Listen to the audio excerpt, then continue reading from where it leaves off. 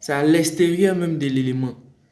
Padding, marge intérieure, margin, marge extérieure. Et toujours dans le sens des aiguilles d'une montre. En haut. Yo, bienvenue sur Protec. Ici on parle un peu de tout ce qui est astuce smartphone, mieux utiliser son téléphone, mieux connaître son téléphone, mieux profiter de son téléphone, et aussi de tout ce qui est HTML, CSS. Padding et margin. La différence. La vidéo est longue. Pourtant, rien de compliqué. Toujours sur Protec. KSAS. Mes chers compatriotes, bonjour ou bonsoir, en fonction de où vous êtes. Aujourd'hui, nous allons parler du margin principalement et aussi marquer la différence entre le margin et le padding. Voici notre site HTML. Voici notre fichier CSS. Vous voyez déjà un peu la structure, hein? Un paragraphe, une image. Voici le paragraphe. Voici l'image. Donc, voici ce qui concerne le padding. Vous remarquez que j'ai attribué un ID au paragraphe 1 qui se nomme P1. Donc, on va aller dans notre fichier CSS. On va chercher le P1. Le voici. On va mettre le padding. J'espère que vous avez regardé bien l'espace à l'intérieur entre le cadre et le test. J'espère que vous avez déjà regardé la vidéo sur le padding. Si ce n'est pas le cas, allez-y, ça se trouve dans la playlist. Donc, on a dit que ça fonctionnait dans le sens des aiguilles d'une montre, en haut, à droite, en bas et à gauche.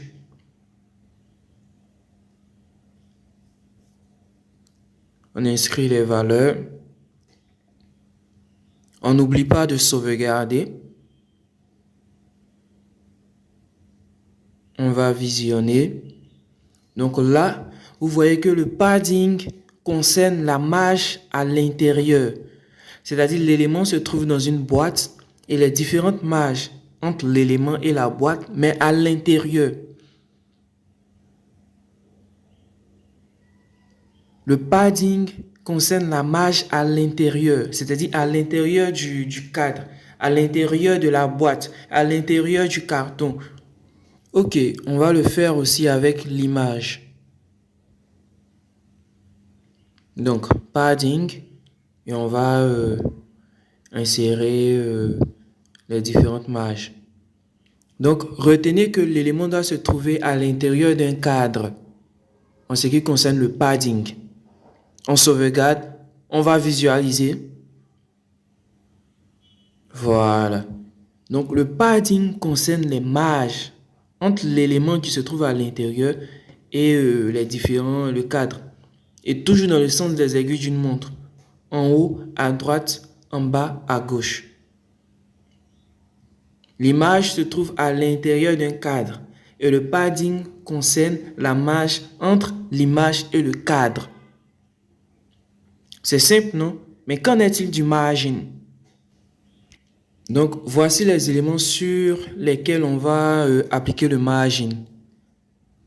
J'ai attribué l'IDE P7 au paragraphe 2 et la classe bouton aux deux boutons.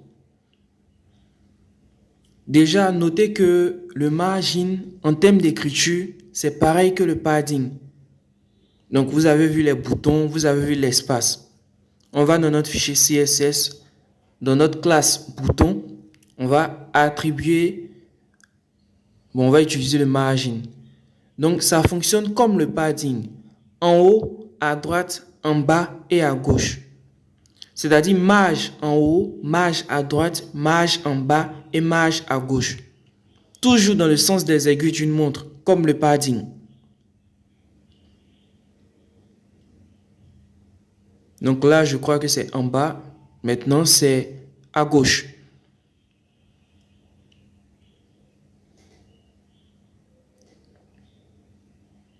On va sauvegarder et visualiser. Donc, vous voyez que c'est la même structure avec le padding, hein. En haut, à droite, en bas, à gauche. On va maintenant visualiser. Donc, là, est-ce que vous avez vu la différence? Le margin, c'est la marge entre l'élément et... Comment je vais dire? Bon, vous voyez la différence, non? Vous voyez que c'est les marges entre deux éléments. Je ne sais pas si vous captez un peu le truc. C'est-à-dire le margin là, c'est à l'extérieur. L'élément n'a pas besoin de se trouver dans un cadre. Est-ce que vous captez le truc? Le margin, c'est à l'extérieur. Ce sont les marges extérieures. C'est aussi les marges entre deux éléments.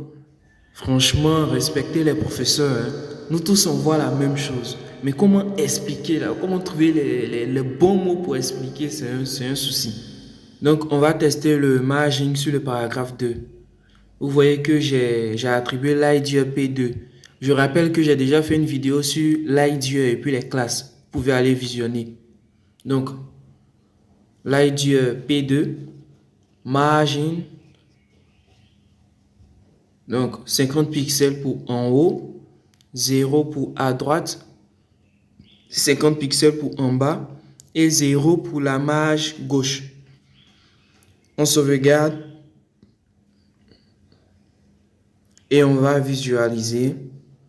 Donc vous voyez la marge du P2, 50 pixels en bas, 50 pixels en haut, et vu qu'on n'a rien ajusté à droite et à gauche, donc il n'y a rien eu.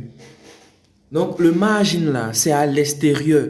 C'est la marge entre deux éléments. C'est la marge extérieure tout simplement. Maintenant le padding, c'est à l'intérieur. C'est-à-dire l'élément se trouve à l'intérieur d'un cadre. Donc le padding te permet de gérer les marges entre l'élément et le cadre. Là, on va mettre 50 pixels à droite et 50 pixels à gauche. On sauvegarde.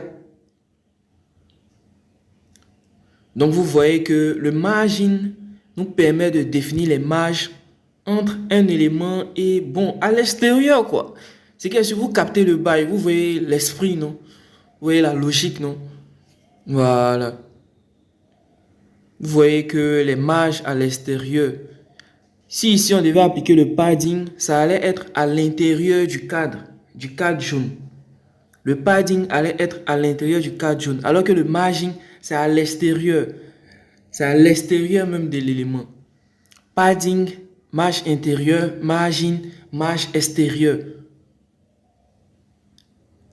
Et toujours dans le sens des aiguilles d'une montre. En haut, à droite, en bas, à gauche.